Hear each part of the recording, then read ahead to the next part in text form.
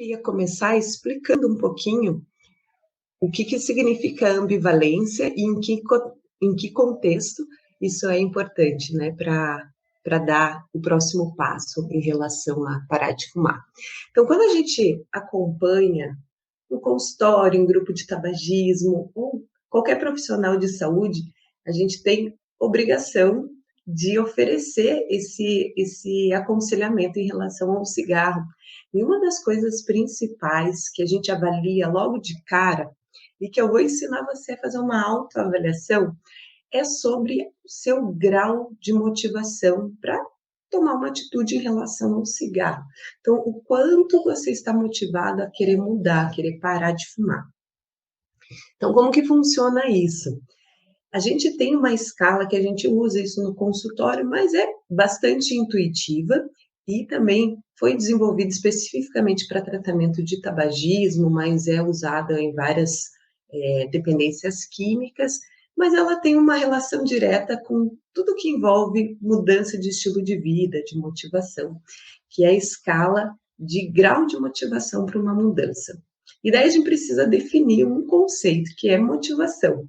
E eu até fiquei em dúvida se hoje eu ia falar especificamente de motivação, mas eu acho que ambivalência é uma coisa mais prática que assim, para um primeiro momento, vai ser mais útil para quem está aí querendo realmente dar um passo em direção a parar de fumar. Mas motivação, o significado, assim, digamos, a definição é uma prontidão para a mudança. Então, o que significa isso? Significa você ter a intenção de iniciar uma mudança, não necessariamente que você vai agir, mas você está convencido ou não, tem graus diferentes de motivação que a gente vai ver, mas é a sua intenção, é uma prontidão para uma mudança, e nesse caso, para escolher definitivamente parar de fumar. Em que contexto que entra a ambivalência?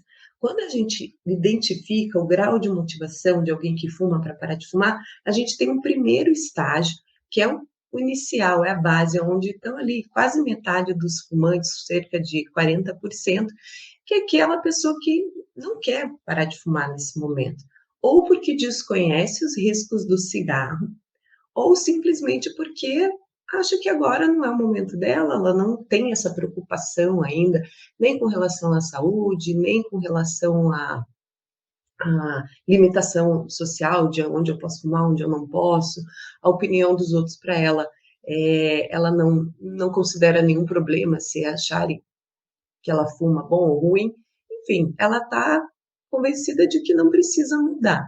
Isso a gente chama de etapa de pré-contemplação. E era uma coisa que preocupava mais quando a gente tinha pouco acesso à informação. E queria dizer que tinha muita gente que fumava e talvez não soubesse de todos os riscos ligados ao cigarro. Isso agora é uma coisa meio estranha de pensar, né? Com tanta informação, com tanto acesso à informação, se existe mesmo esse público, né? Essas pessoas que desconhecem o risco do cigarro. Mas a gente vive num mundo muito heterogêneo, então pode ser que na nossa realidade, com o nosso acesso à informação, à internet, à notícia, a livros, a conteúdo, talvez isso não faça nenhum sentido, assim, você não consiga imaginar alguém que não tenha essa informação a respeito do cigarro. Até porque na própria caixinha do cigarro, hoje em dia, a gente tem lá alerta sobre risco à saúde, né? Aquelas fotos impactantes que foi parte de projetos mesmo de lei para o combate ao tabagismo. Mas nem sempre foi assim, né? Então, a gente teve tempos, se vocês digitarem aí no Google, campanha, propaganda, cigarro, anos 50, anos 60, vocês vão ver que, inclusive, os médicos eram garotos propaganda de cigarro. O marketing do cigarro falava até em melhorar a falta de ar, em diminuir a tosse, de aumentar a tua sensação de respiração plena. Então, isso, e era um médico, uma figura de médico, às vezes figura mesmo naqueles cartazes dos anos 50, um médico de jaleco no seu consultório fumando. Então, era a percepção da época e, claro, um marketing muito intenso da indústria do cigarro já desde o começo. E lá pelos anos 60, surgiu o primeiro estudo muito delineado para demonstrar o risco do cigarro. E pela primeira vez, a gente demonstrou por A mais B ali, em estudo clínico, né, acompanhando pacientes, de que o cigarro causava câncer de pulmão. Então, hoje parece isso muito óbvio, mas a gente está falando de poucos anos atrás, né? Se for ver numa linha do tempo aí, né? O que é 40, 50 anos. Mas, nessa época, talvez a informação fosse o alvo principal dessa população, porque tinha muita gente mesmo que, impactada pela mídia maciça do cigarro, desconhecia os riscos ou acreditava que, assim, talvez tenha alguma coisa, mas acreditava muito mais no que via, daquela visão glamurosa do cigarro, que ligavam muito o cigarro tanto a bem-estar, liberdade, mas muito a status, a dinheiro, a elegância. Então, isso foi uma construção de anos, né? E por que eu estou falando tudo isso para vocês agora? Porque esse tipo de intervenção maciça, cultural, através de mídia, a gente carrega por mais tempo. Então a informação chega, não tem nenhuma dúvida de que o cigarro causa tantos danos. Todo mundo conhece isso. Não é mais um conhecimento só da comunidade científica. Bom, então esse marketing do cigarro, ele é uma coisa que agora é proibido, vocês sabem, né? A gente não tem mais isso. A gente não pode mais colocar propaganda de cigarro na TV, no cinema, em estádio de futebol, na Fórmula 1, em show de rock. Então, isso não pode mais. Porém, o trabalho que foi feito, ele demora para se dissolver culturalmente. Então, a gente tem muita gente ainda dessa fase do glamour do cigarro, da ligação com o status, que não acaba do dia para a noite. Então, a gente tem gerações, nossos avós, talvez pais de vocês, dependendo da idade de cada um, que viveu essa mídia intensa em relação ao significado do cigarro. Então, a gente vai quebrando. E isso a gente já conseguiu muito avanço, tanto em restrição do cigarro, nessas campanhas maciças, mas a gente vai carregando isso e vai desmistificando por um lado e tendo mais conhecimento sobre a parte de risco, danos do cigarro. Mas, voltando à nossa pirâmide da motivação. Então, apesar de agora ser difícil a gente concluir que alguém não tenha esse conhecimento a respeito dos danos do cigarro, a gente tem um novo componente do tabaco que entra de novo nessa fatia da motivação, do desconhecimento da informação, que são os usuários de cigarro eletrônico. Então, a gente vai viver de novo, mais ou menos o que teve lá nos anos 50 em relação ao cigarro comum, que seria essa dúvida em relação aos riscos do cigarro, essas polêmicas, essa briga de mídia, de tira da mídia, de coloca, só que agora a gente tem uma velocidade de informação muito grande. Então, talvez a mídia seja mais maciça, mas os conhecimentos a respeito do cigarro eletrônico que vão se acumulando cada vez que a gente tem mais vivência nisso, porque tudo é muito novo, eles vão aparecendo. Então, a gente já tem muito bem documentado doenças relacionadas ao cigarro eletrônico, que a gente chama por uma sigla chamada EVALI, e elas demonstram que é um produto do tabaco que não é isento de risco. Os riscos são iguais ao cigarro comum? Não, não são iguais, mas tem outros riscos. E tem outra população exposta que não passava por isso há muito tempo, que são crianças e adolescentes novamente passando por essa influência maciça do marketing, da indústria do cigarro em relação a ser legal, ser cool, ser descolado, ser high-tech, né? Então, é outro foco, mas a receita é a mesma. Então, a gente vai voltar a ter essa fase de conscientização, de explicar risco do cigarro eletrônico, e a gente pode até, acho que estou programando uma live específica para cigarro eletrônico, que eu sei que é uma coisa que preocupa muitas mães e pais que me seguem por aqui. Então, tá bom. Então, a gente viu que tem esse primeiro estágio de motivação, que é alguém que desconhece a informação ou que simplesmente não encara aquela informação como útil para ela. Do tipo, eu tenho 20 anos de idade, saber que cigarro me causa câncer de pulmão, parece que não conversa comigo. Então, isso não me preocupa o suficiente para me motivar. Então, esse é o estágio que a gente chama de pré-contemplação. E eu gosto de brincar que esse é aquele estágio Matrix, né, ou show de Truman, que a pessoa vive numa realidade que ela desconhece a verdade sobre os riscos do cigarro. Mas no cigarro comum a gente já tem mais informação e tem mais gente que realmente ainda não encara aquela preocupação como genuína dela, né? Ela não consegue se identificar com aquela preocupação. Então, nessa fatia, geralmente o que a gente tem que fazer é informação, e informação de qualidade científica, né, com respaldo, e também que não confronte a pessoa, porque não adianta eu tentar vomitar a verdade em cima dela. Então, aqui entra o que muitas vezes vocês me perguntam pelo Insta, na caixinha de perguntas no direct, que como que eu ajudo alguém que quer parar, que não quer parar de fumar, né, a fazer esse movimento de tomar uma atitude mais para frente, de querer parar. É essa fase. Então, a gente precisa conversar a respeito para ela se conscientizar dos riscos, mas, ao mesmo tempo, você não pode simplesmente despejar essa verdade como se ela fosse uma ignorante, como se ela fosse uma alienada no mundo, porque provavelmente ela não é, mas ela ainda não consegue se identificar. Então, trazer aquilo para a realidade dela é a chave dessa mudança, aquilo que dá a girada da chave, é ela se identificar com aquilo. E eu vou contar um exemplo super pessoal.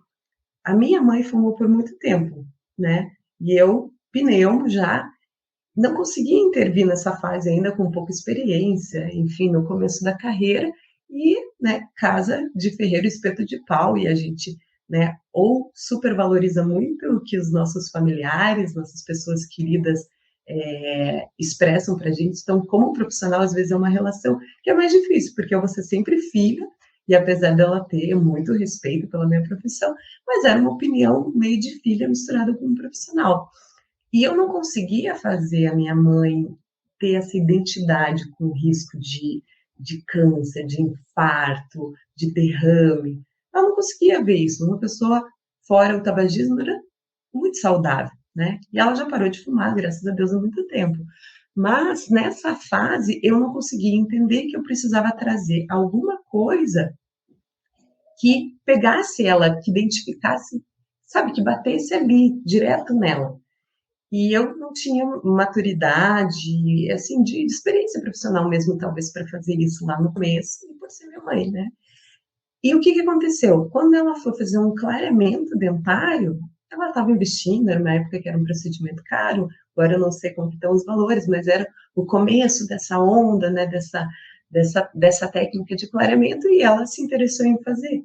E daí o dentista foi super claro em dizer para ela, olha, o teu resultado não vai ficar bom se você continuar fumando, porque vai continuar amarelando seus dentes, e por mais que o processo seja eu consiga um resultado, mas você vai perder em pouco tempo ou não vai ficar exatamente o melhor resultado que a gente poderia ter por causa do cigarro. E isso pegou nela naquele momento. Isso pegou, isso ela se identificou e fez aquela virada de chave. Então, às vezes o que você precisa acertar para tentar ajudar alguém que fuma e que ainda não tem essa consciência, esse desejo de parar de fumar, é exatamente ser relevante para ela naquele momento. E aí, não importa se, mas câncer de pulmão, infarto, tem um peso muito maior, mas tem que falar com a realidade da pessoa naquele momento.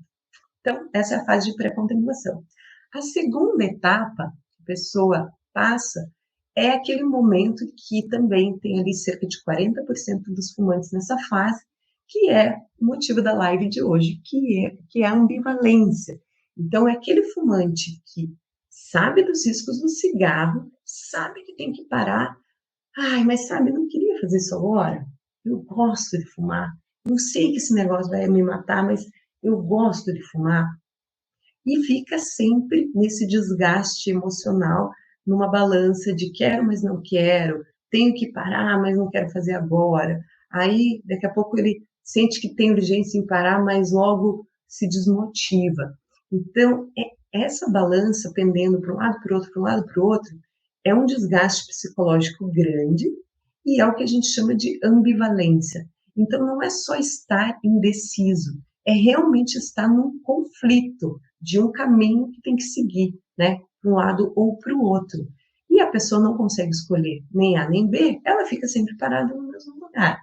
Então, qual que é a chave dessa etapa que a gente chama de contemplação? É resolver essa ambivalência. E aí, então, se na etapa anterior eu dependo de um profissional de saúde ou de um conselho de alguém, porque é aquela pessoa que ela ainda não se identifica com o risco, então geralmente a intervenção é de fora para dentro, né? Porque ela precisa escutar dos outros, ela precisa ver acontecer alguma situação mais grave para ela realmente perceber o risco do cigarro.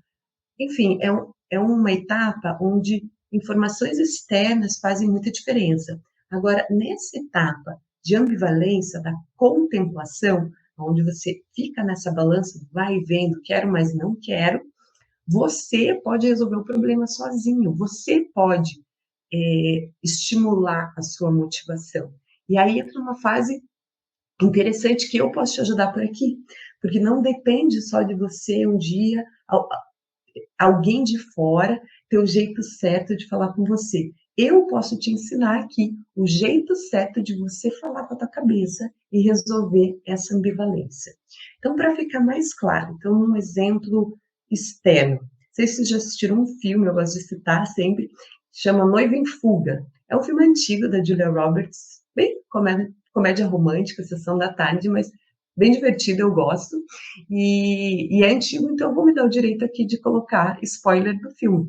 Mas ela já passou por vários noivados e chega na hora H, na boca ali da entrada, no altar, ela desiste, sai correndo da igreja. Então, acontece isso algumas vezes com ela. E essa é a situação de ambivalência. Então, por algum motivo, ela se comprometeu, ela quis aquilo, mas na hora H de tomar atitude, de agir realmente, ela recua. Então, isso é ambivalência. Então, é aquela situação, não sei se é o caso, se eu compro uma bicicleta, quero, mas não quero. E, geralmente, o fumante nessa fase, ele tem resistência externa maior do que aquele que nem tem a consciência ainda da doença. Às vezes mais ele fica surpreso. Ah, o cigarro causa osteoporose? Ah, não sabia. Gastrite? Será que essa minha gastrite tem a ver com o cigarro? Nossa, não sabia. Então, ele tem mais sensação de surpresa, é mais a reação dele. Nessa fase, é aquele fumante que às vezes é meio agressivo quando ele é confrontado. Por quê? Porque ele sabe já que ele tem que parar de fumar, mas ele ainda não conseguiu se decidir, se tomar uma atitude. Então, é uma fase mais sofrida, do ponto de vista que o fumante está mais reativo. Então, vai ter horas que ele vai chegar, ai, filho, por favor, me ajude, quando eu for comprar cigarro, diga, não me deixe comprar, porque eu quero parar, eu vou ficar mais irritado, mas eu quero que você me ajude. E daí, no outro dia, ele fala, não se meta na minha vida, eu que sei de mim, se eu for morrer disso aqui é problema meu, eu sou adulto, me deixa no meu canto. Então, é aquela pessoa que varia entre pedir ajuda e, entre aspas, agredir, mas repelir quem tenta intervir nisso. Então, para você que quer ajudar quem está nessa fase, entenda que talvez venham reações assim, inesperadas. Mas um dia você fala uma coisa, no outro dia você fala outra. É a ambivalência. Isso é esperado nessa fase. Então, a pessoa não está maluca, ela não é bipolar, não é nada disso. É só alguém vivendo esse conflito, e realmente é um conflito. Então, quanto antes você resolver, mais rápido você vai conseguir agir, que é o próximo passo, que é você estar preparando para a ação. É aquela pessoa que acabou, resolveu a ambivalência, vou agir, não importa, eu já me planejei, e esse agir é dentro de 1, 2, 3 semanas. Não é aquele plano de, daqui 5 anos eu vou parar de fumar. Então, a próxima fase, que é a fase de preparação para a ação, é uma fase em que você está fazendo um plano para curto prazo, para, no máximo, em 2, 3 semanas, você escolher uma data e parar de fumar. E nessa fase de preparação para ação, a gente tem 20% dos fumantes. Então, é uma fatia menor. Então, vocês vejam, e assim, não é uma escadinha. Às vezes você pode ficar anos de contemplação para preparação, contemplação para preparação, né? É difícil voltar para pré-contemplação, porque você concorda que uma vez que você tem informação, é difícil você ignorar, mas não é impossível, mas é mais difícil. Então, o comum é você ficar flutuando entre querer agir e voltar atrás, né?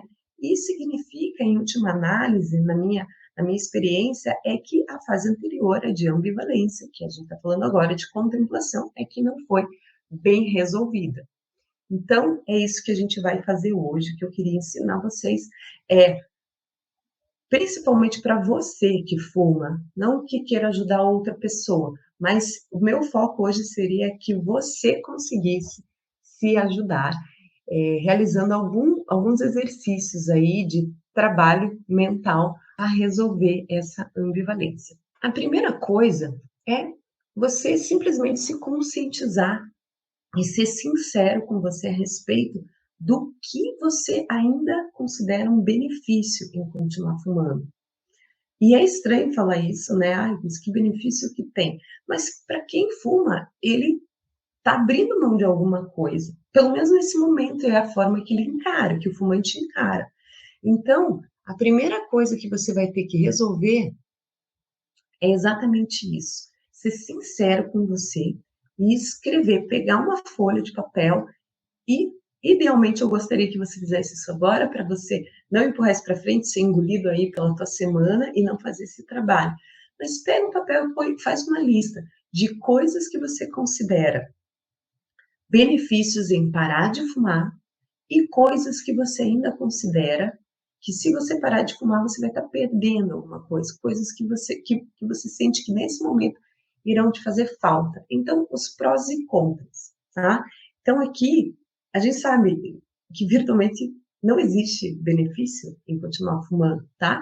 Mas você está passando por uma etapa que você aprendeu por anos que fumar respondia por um espaço lá na sua vida, que é reduzir o estresse, que é ser teu companheiro, que preencher teu tempo quando você se sente entediado, solitário, coisas assim. Então, você tem que ser sincero com você agora e colocar ali, esse é o papel que o cigarro tem na minha vida agora, e disso eu acredito que eu vou sentir falta, pelo menos no primeiro momento, porque o meu trabalho aqui é que você não sinta falta nenhuma e vai viver a sua vida muito bem, obrigada, sem o cigarro, vai ter cabeça de não fumante, acabou. Mas nesse momento precisa ter essa sinceridade de você com você mesmo.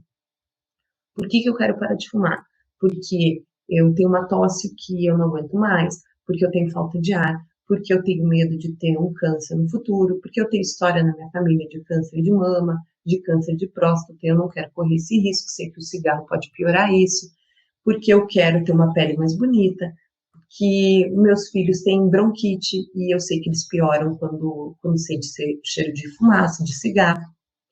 Põe ali a tua lista de motivos para parar de fumar. E do outro lado é a lista da sinceridade. O que me mantém fumando? O que eu vou abrir mão quando eu parar de fumar? O que eu acho que vai me fazer falta? Então, eu moro sozinha e o cigarro é minha única companhia quando eu volto do trabalho. Ou eu tenho bons amigos fumantes no trabalho e é meu momento preferido do dia é quando a gente faz aquela pausa no trabalho e vai fumar um cigarrinho, 3, 4 pessoas, e ali rola um momento de relaxamento, de diminuir o estresse, de válvula de escape no trabalho. Então, eu vou sentir falta disso. Eu adoro chegar em casa, pôr uma música, acender meu cigarro, sentar na minha poltrona, ler um livro, enfim. É o meu momento de relaxamento, é o meu momento eu comigo mesmo. Põe lá na tua lista. Essa lista, inicialmente, você provavelmente vai ver que existe muito mais benefícios de um lado, né, do lado de parar de fumar, do que no outro, de se manter fumando. Mas o importante é resolver, nem que seja um tópico, um único, falar assim, quando eu estou muito pé da vida, quando eu estou muito estressado, é a única coisa que me acalma. Se você tem só esse, e muitos fumantes têm esse como único motivo que eles continuam fumando, você vai trabalhar só com esse motivo. E ótimo, a gente tem só um problema para resolver, mas a gente vai ter que ir a fundo. Então, passo 1, fazer essa lista. Motivos para parar e motivos para continuar fumando. Agora você vai pegar só o lado da tua lista, porque provavelmente os benefícios já é bem estabelecido na tua cabeça, você não tem nenhuma dúvida daquilo. Agora você vai para os motivos que te mantêm fumando e a gente vai resolver um por um. Como que a gente resolve isso? Primeiro, com sinceridade, né? Então, eu gosto de fumar, não resolve. Eu gosto de fumar, até porque eu vou te dizer, e vou ser bem enfática nisso. Não existe. Você acredita que você gosta de fumar, mas você não gosta. Você gosta de alguma sensação que o cigarro te traz, ou algum problema que ele, por enquanto, resolve, tá? Eu ponho entre aspas porque cigarro não resolve o problema de ninguém, causa muitos outros. Mas para você que fuma 10, 5, 20 anos, 50 anos, alguma coisa você trouxe de papel para o cigarro e ele está resolvendo para você algum problema nesse momento. Então, você não gosta do cigarro. Eu estou sendo muito clara com você. Não me convença que não vai adiantar. Não é do tubinho de papel com um mato queimado dentro, com um mato seco dentro. Não é disso que você gosta. Você gosta de alguma sensação, alguma coisa que o cigarro te traz, mas não é do cheiro, do gosto da folha seca de tabaco queimada. Não é isso que você gosta. Então, você precisa se aprofundar. Então, se no topo da tua lista gosto de cigarro, trabalha melhor. O que eu gosto? Por que eu gosto? O que exatamente que me dá de sensação que me faz gostar do cigarro? Então, gostar é muito genérico e não vai te resolver o problema. Pegou a lista? Agora, definiu o que você gosta, o que você acha de benefício em fumar, e vamos resolver. Então, vou te dar um exemplo. Como que a gente vai resolver isso? Pegou essa lista, agora você vai fazer uma técnica que eu chamo de técnica do debate. Sabe o debate político, aquele que a gente vê na televisão? Como que funciona? O debate tem o tópico da pergunta, né, o tema do debate, e depois ele tem um momento de resposta, de réplica e de tréplica. Então, é isso que você vai fazer com você mesmo e com suas razões para fumar. Então, você vai pegar lá, o cigarro me faz, é minha companhia. Eu moro sozinho, eu não tenho ninguém na minha família que mora por perto, eu não tenho um companheiro, uma companheira, não tenho filhos. Quando eu volto do trabalho, eu me sinto muito sozinha, e o cigarro é a minha companhia. Então, tá bom. O tópico do debate é: o cigarro é a minha única companhia. E agora você vai debater. Então, você vai dar a primeira resposta. Você, cérebro de quem quer parar de fumar. Será que é minha única companhia? Eu não tenho um vizinho, eu não tenho um amigo de trabalho que eu possa telefonar e conversar, eu não posso fazer um chat online, um Zoom com a minha família que mora longe, com os meus amigos de infância que moram longe, eu não posso descer e bater um papo com o porteiro do meu prédio. Então, você vai debater a primeira etapa, então, tópico, segunda, a sua resposta de quem quer parar de fumar. Então, essa é a resposta. Aí você vai permitir a réplica do teu cérebro de quem fuma, do teu cérebro fumante. Então, o teu cérebro que quer nicotina vai responder: mas eu não conheço o vizinho, ele nunca me olhou na cara. Todo mundo da minha família está ocupado nesse horário. A minha prima tem filho, a minha irmã trabalha até tarde, o meu pai e minha mãe dormem cedo. Enfim, eu vou incomodar ele se eu ligar. Os colegas de trabalho, acabei de sair, não vou ligar para os mesmos colegas, nada a ver eu descer e conversar com o porteiro do prédio, o que vão achar de mim, que eu sou uma pessoa que não tem mais ninguém na vida para conversar, tem que bater papo com o porteiro do prédio, ou vou atrapalhar o trabalho dele, enfim, o que for. Se permita, põe ali a resposta que teu cérebro de fumante ia arranjar para isso. E aí, o pulo do gato é você vai dar a tua réplica, a sua tréplica. Então, agora, você de novo, o teu cérebro de não fumante, de alguém que quer parar de fumar, vai responder: será que é tão difícil assim eu bater na casa do vizinho e falar: oi, eu sou a Josiane, eu moro aqui, moro sozinha, o senhor está precisando de alguma coisa, você queria me apresentar, puxa, eu moro aqui há tanto tempo, não conheço você. Ou será que é tão difícil eu ligar para minha irmã e falar: "Mana, esse horário é o horário que eu estou meio aqui de bobeira em casa, estou tentando parar de fumar, será que a gente consegue conversar? Estou com saudades dos meus sobrinhos, posso dar uma olhada neles, mesmo que você esteja aí na correria, para dar banho, para dar jantar, não importa, eu janto por vocês aqui pelo Zoom, pode ser?" Para o pai e para a mãe: "Mãe, será que eu consigo falar rapidinho com você, mais ou menos nesse horário? Eu estou tentando parar de fumar, e aí é o horário que eu preciso me distrair um pouco, e daí a gente aproveita e põe o papo em dia. Será que eles não vão achar um prazer fazer isso com você?" Eu tenho certeza que sim. Aquele mesmo amigo lá do trabalho que fuma, será que se você falar assim: "Olha, eu vou tentar nos próximos dias aí, vou marcar uma data para parar de fumar, e eu sei que nesse horário para mim é cruel, eu chego em casa, eu quero acender um cigarro, então você está afim de tentar agora dar uma diminuída no cigarro? Para a gente combinar nesse horário aí, a gente joga um jogo online, talvez você na sua casa, eu na minha, ou a gente bate um papo pelo telefone." Então, faça essa tréplica com o seu cérebro de fumante. Outra situação, vamos lá. Eu sou muito estressado, em um momento de estresse eu fumo. Então tá, então esse é o tópico, a gente vai debater esse tópico. Quando eu fico estressado, eu quero fumar e isso vai me fazer falta, porque eu não sei me acalmar de outra forma. Sua resposta: realmente o cigarro, primeiro, ele resolve o meu problema? Furou meu pneu do carro, na rua voltando do trabalho, cansado, exausto, dia de chuva. O cigarro resolve o meu problema? Ele troca meu pneu, ele chama o mecânico, ele chama o seguro. Ah, mas ele me acalma. Ele me acalma? Será que tem outra forma de eu me sentir calma nessa situação? Então, o que que eu posso fazer? Eu posso trabalhar minha respiração nessa hora, fazer alguma técnica de mindfulness, de meditação que eu possa aplicar rápido, em 5, 10 minutos, para me sentir mais calma. Será que eu não posso fazer uma rede de suporte, né, que a gente chama? Isso quem fez curso de gestante também é um termo comum.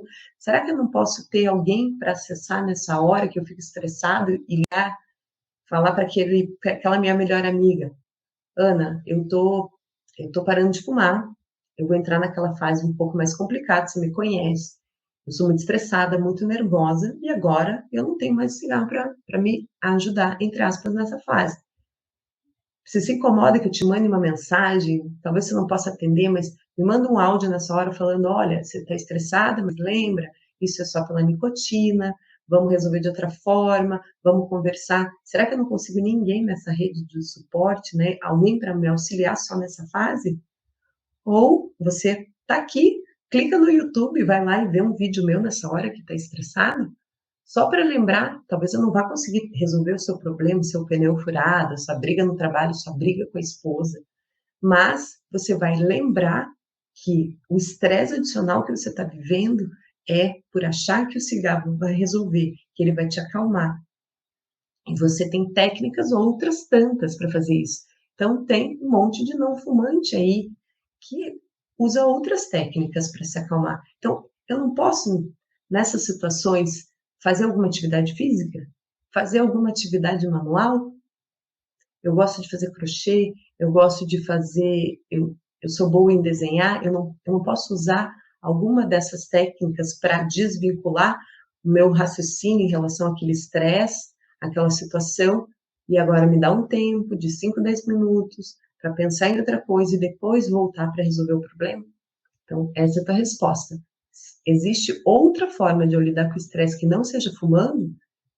E claro, a resposta é sim, porque tem um monte de gente aí no mundo que não fuma e responde de outra maneira. Então, você vai pôr ali isso como resposta. Dá o direito de réplica para o teu cérebro fumante.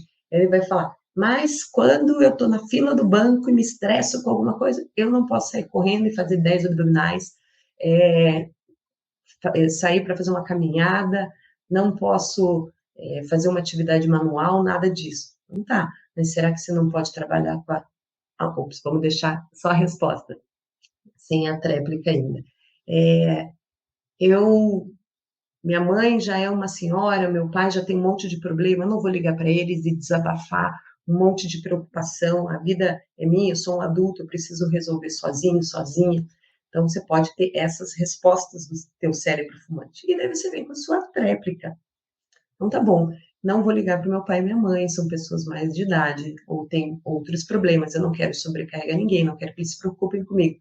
Mas eu não tenho um colega que fume ou que deixou de fumar recentemente que possa me ajudar nisso, que vai entender meu problema, que vai saber me dar esse respaldo nesse momento para não precisar recorrer ao cigarro? Ou eu não consigo identificar algumas situações de estresse são completamente inesperadas, né? Eu não vou prever uma briga com a família, se eu vou ser demitido ou não, se vai furar o pneu ou não. Mas tem situações do estresse do dia a dia que você já sabe. Nossa, quando eu assisto um noticiário sobre política tal, eu me estresso. Então, nessas primeiras semanas, não assiste. Não, porque assim, se o Lula ou o Bolsonaro ganharem, ninguém vai curar teu câncer do pulmão, o teu infarto no futuro. Isso eu posso te garantir. Então, não vai resolver esse problema. Então, se alivia um pouco, deixa esse estresse que você pode poupar para outro momento. Espera ali 1, 2 semanas e depois você volta a se inteirar se a política te interessa, se a guerra da Ucrânia te interessa. Mas se isso te estressa a ponto de você querer fumar 2, 3 cigarros, dá esse desconto para você agora. Agora, normalmente são estresses pessoais, né, do dia a dia, discussão com a família, cansaço, estresse no trabalho. Então, tem coisas que são mais previsíveis. Então, tem muita gente que trabalha com meta no trabalho e sabe que, por exemplo, o fim do mês é muito estressante, porque vai ter cobrança, porque vai ter que correr atrás do tempo perdido, porque vai ter que tirar um monte de carta da manga e coelho da cartola ali para fechar a meta. Então, se você sabe que o fim do mês é uma fase mais estressante, se organiza para isso. Marca uma massagem, marca de fazer uma academia ou uma caminhada com um amigo, né, num horário pré-determinado para você reduzir a carga de estresse que você sabe que vai viver. Então, tem coisas que você pode planejar. E as outras tantas que não tem como prever e não tem como se planejar, você simplesmente vai ter um plano para o inesperado. Você não sabe quando vai vir, mas se vai vir, como que eu vou enfrentar? Então, técnica de meditação, de respiração, tudo isso ajuda muito. E são coisas, talvez, que, puxa, mas eu não tenho a menor ideia como que faz. Mas tem ferramenta fácil para isso. Então, simplesmente você se distanciar do problema por 5, 10 minutos, se desconectar. Falou, eu vou deixar esse problema passar só na minha frente. Eu não estou dizendo para você não resolver, tá? Eu estou dizendo só para você acalmar a tua cabeça, as tuas ideias, para depois poder tomar uma atitude mais assertiva, mais consciente. Então, você brigou com o teu marido. Você vai para o teu canto e fala, eu vou respirar fundo 10 vezes, eu vou deixar essas palavras que eu não gostei que ele me disse, só passarem, sem tentar mudar, sem tentar afrontar, sem tentar ser reativo. Vou esperar isso passar, para eu não criar um outro problema para mim, que é ter né, um lapso de fumar um cigarro quando eu já me propus a parar de fumar. E aí eu vou deixar isso esfriar um pouquinho e vou voltar e vou conversar de maneira empática, de maneira assertiva. Então vamos lá, a gente está com esse problema, vamos tentar resolver. Assim, assim, assado. Mas, né, nesses primeiros 5 minutos, que é um momento de fissura, de mais estresse, você já vai ter um plano que é focar na tua respiração ou simplesmente tentar sair do teu corpo, flutuar, ver a situação de cima como se fosse um terceiro elemento e falar, puxa vida, esse moço, essa moça estão muito estressados. Eu acho que era melhor eles darem um tempo nessa conversa e vir falar depois. Então, tem técnicas para lidar com as situações de estresse que não seja fumando. Então, se você ia sair dali para fumar, saia dali para sentar e respirar fundo 10 vezes. Saia dali para pôr uma música clássica no teu fone de ouvido, respirar fundo, esperar acalmar, a poeira baixar e voltar para resolver teu problema. Se foi um problema no trabalho, que você sairia, você ia descer para o fumódromo para fumar um cigarro, então eu vou descer e vou dar uma volta na quadra, né, da minha empresa. Vou dar uma volta na quadra e vou perceber o barulho do vento, o barulho das árvores, o barulho do trânsito, o barulho das pessoas passando na rua, para simplesmente me desconectar da minha cabeça, que só está me mandando, vai fumar, vai fumar, vai fumar para se acalmar. Você se desconecta disso, não tente combater esse pensamento, só tente deixar ele passar, porque em 5 minutos ele vai diluir, ele vai se dissolver, vai passar a vontade que você tem de fumar. Então, você vai se planejar para isso. Preciso mesmo do cigarro para me acalmar ou eu posso desenvolver outras técnicas, eu posso acessar outras habilidades minhas para enfrentar essa situação. Então, isso é resolver a ambivalência. Então, o exercício que eu vou te propor nessa segunda-feira é exatamente fazer isso. Se você, inclusive, se você já decidiu, já até passou pelo teu dia D, apagou o último cigarro e está aí 1, 2 semanas sem fumar, reavalie isso, porque quanto melhor você resolver a tua ambivalência, que pode tua balança estar bem mais pendendo para o lado do benefício do cigarro, e por isso que você conseguiu escolher uma data, e eu fico muito contente com isso. Mas se tiver ali uma outra coisinha nesse lado de que você considera benefício, talvez em um momento de estresse você se sinta privado, se sinta em sofrimento por não poder acessar o cigarro como um auxílio naquele momento de estresse, por exemplo. E se você resolver isso antes dessa situação inesperada acontecer, você já vai saber o que pôr no lugar. Então, é esse exercício de debater. Dê a chance para o teu cérebro, que quer parar de fumar, construir um plano para lidar com essas situações que, por enquanto, você só consegue ver o cigarro lá. E deixa o teu cérebro fumante falar, mas nessa situação eu não vou conseguir ver. E você rebate. Rebata com carinho por você. Não você é uma burra, você faz tudo errado. Não assim, mas rebata com lógica nesse momento. Né? A gente sabe que quando você acende o cigarro por hábito ou por dependência química, quem está mandando em você é o teu sistema primitivo, aquele sistema límbico. Se